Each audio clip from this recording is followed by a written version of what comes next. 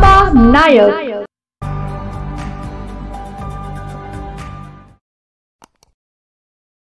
चाळीसगावात भीमा कोरेगाव येथील विजयस्तंभाची प्रतिकृती उभारून 207वा शौर्य दिवस सर्व समाज बांधवांच्या वतीने साजरा। भीमा कोरेगावच्या या स्मृतीबद्दल मी एवढंच म्हणेल की 500 लोकांनी एक नेता निवडून संघटितपणे लढा दिला आणि त्यांनी 28,000 लोकांना पराजित केलं।